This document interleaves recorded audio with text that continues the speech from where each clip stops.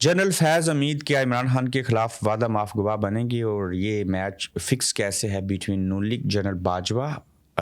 Retired اور موجودہ field marshal یعنی کہ اسٹیبلشمنٹ اور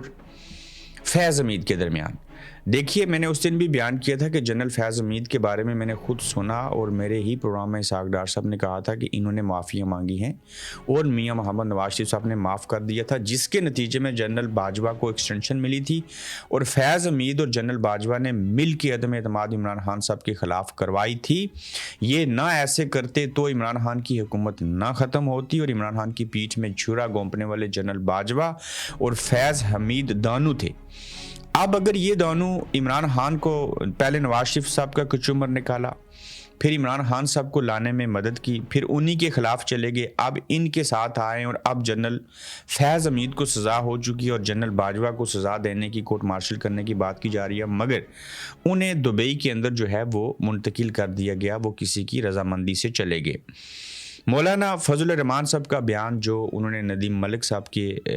پروگرام میں دیا تھا، میں نے آج بھی سنا، آپ لوگوں نے بھی سنا ہوگا، کہ ہمیں جتنی بھی سیاسی جماعتوں سمیت بلایا گیا تھا، اس میں جنرل فیض حمید اور جنرل باجوہ نے بلایا تھا، اور انہوں نے تمام لوگوں کو عمران خان صاحب کے خلاف عدم اعتماد کرنے کے اصول کے لیے جمع کیا تھا، اور ہم نے صرف مہر لگائی تھی اس کے اوپر۔ جب اتنے بڑے لوگ، زندہ لوگ، اشرف المخلوقات لوگ، مولانا فضل الرحمان اور سارے لوگ یہ کہہ رہے ہیں کہ عمران خان کے خلاف تحریک عدم اعتماد میں جنرل فیض حمید نے ساتھ دیا تھا اور چیزیں ہوئی تھی، تو پھر یہ جو 9 مئی کا کھیل رچایا گیا تھا، اس کے اندر فیض حمید کو اور عمران خان کو ایک پیش کے اوپر لا کے کیا ثابت کرنا چاہتے ہیں کہ عمران خان کے خلاف جنرل فیض حمید وعدہ معاف گواہ بن جائیں، وہ جنرل فیض حمید اور وہ باجوہ جنہوں نے عمران خان کی حکومت ختم کی، بقول کس کے؟ مولانا فضل الرحمان صاحب کی اور دیگر لوگوں کی، اور یہ شواہد بھی سامنے ہیں۔ نواز شریف مانتے ہیں انہوں نے ایکسٹینشن دی، خواجہ آصف مانتے ہیں، آپ محمد زبیر صاحب کی سٹیٹمنٹ دیکھ لیں، مفتاح اسماعیل صاحب کی سٹیٹمنٹ دیکھ لیں، انہوں نے خود بتایا کہ ہم جب جنرل باجوہ کو اور فیض حمید کو ملنے گئے تو خواجہ آصف وہاں سے پہلے بیٹھے تھے، اور انہوں نے ہی یہ ساری چیزیں کر کے دی تھی، اور اس کے کچھ عرصے بعد ہم دونوں جیل بھی چلے گئے۔ بہرحال واپس آتے ہیں، جنرل فیض حمید کو جو سزا دی گئی، اس کا فیصلہ کہاں ہے؟ سب سے پہلا سوال، اگر یہ فیصلہ ہو چکا ہے، جو 4 نکات جس کے اوپر سزا ہوئی، یہ تو سوشل میڈیا کے اوپر ملے ہیں، اس فیصلے کی کاپیاں کہاں ہیں؟ اس کے ثبوت کہاں پہ ہیں؟ کس جج نے فیصلہ دیا ہے؟ وہ جج ہے یا کوئی بریگیڈیئر ہے یا آذر سروس کسی فوج کا بندہ ہے؟ یقیناً بریگیڈیئر ہی جج ہوتا ہے۔ اس میں فری ٹرائل فیض حمید کو ملا یا نہ ملا؟ یعنی کہ خود ہی منصف اور خود ہی وہ کیا کہتے ہوتے ہیں، اپنا ہی بندہ، اپنی ہی عدالت، اپنا ہی جج، اپنے ہی حق میں اور اپنے ہی خلاف فیصلہ دے دیا۔ اب ایک تو فیصلے کی کاپی چاہیے عام عوام کو، کن میرٹس کے اوپر ان کو سزا دی گئی؟ میں کہتا ہوں ان کو پھانسی لگنی چاہیے، میں مٹھائی تقسیم کروں گا۔ میں پھر ریپیٹ کرتا ہوں، جس دن جنرل فیض حمید کو 14 سال جیل میں پورے کا پورا رکھ دیا گیا، یا 14 سالوں کے بعد کوئی سزائے موت ہو گئی، سب سے بڑی خوشی مجھے ہوگی، اور یقین جانے کہ وہ جمہوریت کی فتح ہوگی، لیکن ایسے نہیں ہوگا۔ کیوں؟ ابھی تک یہ سزا جب سے ہوئی ہے، کئی دفعہ یہ کہہ دیا گیا، بلکہ جنرل فیض حمید کی سزا کے بارے میں نون لیگ والے کہہ رہے ہیں کہ یہ سزا یعنی کہ خواجہ آصف یہ چیلنج ہو جائے گی اور ہائی کورٹ سے ختم ہو جائے گی۔ اب جہاں تک بات ہے کہ جنرل فیض حمید جو ہیں وہ عمران خان کے خلاف وعدہ معاف گواہ بنیں گے، جو جنرل فیض حمید عمران خان کی حکومت ختم کر سکتا ہے، ساری چیزیں ہو سکتی ہیں، وہ تو یہ بھی بیان دے سکتا ہے کہ ہاں 9 مئی کا جو واقعہ ہوا تھا، میں نے عمران خان سے کہا تھا، اور عمران خان نے اور میں نے لوگوں سے مل کے اپنی ہی فوج کے خلاف بغاوت کی اور ہم نے حملے کروائے۔ ٹھیک ہے، اگر یہ 9 مئی والا واقعہ صاحب وہ ٹھیک ہوتا، سچا اور کھرا ہوتا، تو وہاں تو فیض حمید کی بھی ضرورت نہیں پڑنی تھی۔ فرض کر لیتے ہیں وہی واقعہ سچا ہے اور فیض حمید ہی کی ضرورت کافی ہے، تو پھر یہ آپ نے 290 باقی کیس کیوں بنائے؟ وہ تو ایک ہی کافی تھا۔ عدت میں نکاح والا کیس بنانے کی ضرورت نہیں تھی۔ تو جنرل فیض حمید سے یہ توقع نہیں کی جا سکتی کہ وہ وعدہ معاف گواہ نہیں بنیں گے، لیکن وعدہ معاف گواہ جنرل فیض حمید کو اگر آپ بنائیں گے تو وہ تو ایک سزا یافتہ شخص ہے، وہ کسی کی کسٹڈی میں ہے، تو اس نے جو بیان دیا یا دے گا عمران خان اور ہم نے 9 مئی گٹھے کیا، تو اس بیان کی تو کوئی حیثیت نہیں ہوا کرتی۔ تو لہٰذا موجودہ اسٹیبلشمنٹ، جنرل فیاض حمید، جنرل باجوہ، 2 پارٹیاں ہوگی، تیسری نون لیگ ہوگی، یہ سب مل کے میچ فکس ہے اور یہ عمران خان کو کسی کیس میں سزا دے کے غدار ثابت کرنا چاہ رہے ہیں، جبکہ حقیقت یہ ہے صاحبوں کہ فیاض حمید تو وہ شخص ہے اور جنرل باجوہ جنہوں نے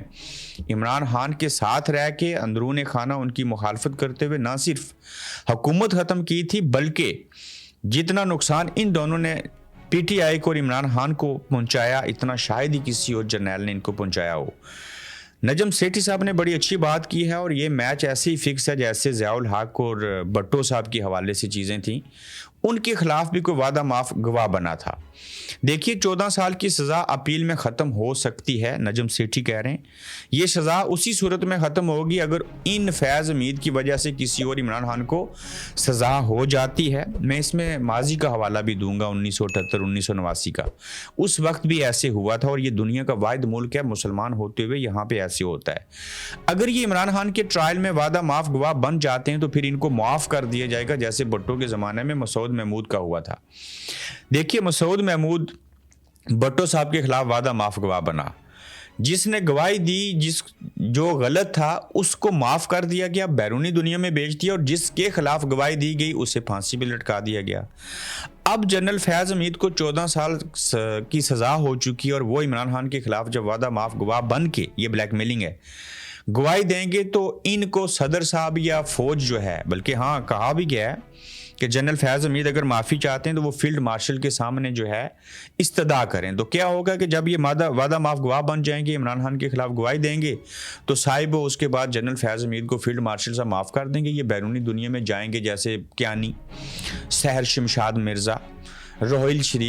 شریف اور جتنے دیگر لوگ عیاشیاں کر رہے ہیں اسی طرح سے باجوہ کے ساتھ مل کے ادھر بیٹھ جائیں گے اور عمران خان صاحب کے بارے میں کہا جائے گا کہ دیکھیے آپ ان کو پھانسی لگا دیجیے، غدار ہیں، فلاں ہیں، ایسے ہیں، ویسے ہیں۔ یہ سارے کا سارا میچ فکس ہے اور یہ بالکل وہی ایپیسوڈ رپیٹ کیا جا رہا ہے جو 1979 میں ہوا تھا، جیسے بھٹو صاحب کے خلاف ہوا تھا۔ مگر یاد رکھیے گا جتنا مرضی زور لگا لیں، جو مرضی حماقتیں کر لیں، آپ عمران خان کو سزائیں دے لیں، 35 سال سزا دی تھی نا،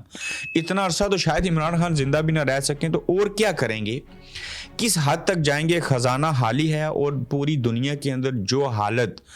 آپ کی اس وقت ہو رہی ہے، چھتر پڑ رہے ہیں، لتر مارے جا رہے ہیں، گیلے کر کر کے صرف آپ کو محسوس نہیں ہو رہا، آپ ڈھیٹ اور بے شرم بن چکے ہیں۔ امریکہ کو تحفے دے رہے تھے نا، اسرائیل کو تسلیم کرنے کی بات ہو رہی تھی، نوبیل پرائز دیے جانے کی بات ہو رہی تھی ٹرمپ کو، آج پوٹن نے آپ کو منہ نہیں لگایا، آئی ایم ایف کے قرضے کے تلے آپ دبے ہوئے ہیں، چائنا نے آئی ایم ایف کے مقابلے میں ایک پورا جو سسٹم ہے وہ سٹرکچر کھڑا کر دیا، وہ تمام ملکوں کو قرضہ دے گا، چیزیں کرے گا، جس میں افغانستان سر فہرست ہے۔ ان ممالک کو اٹھائے گا اور اپنے سراؤنڈنگ میں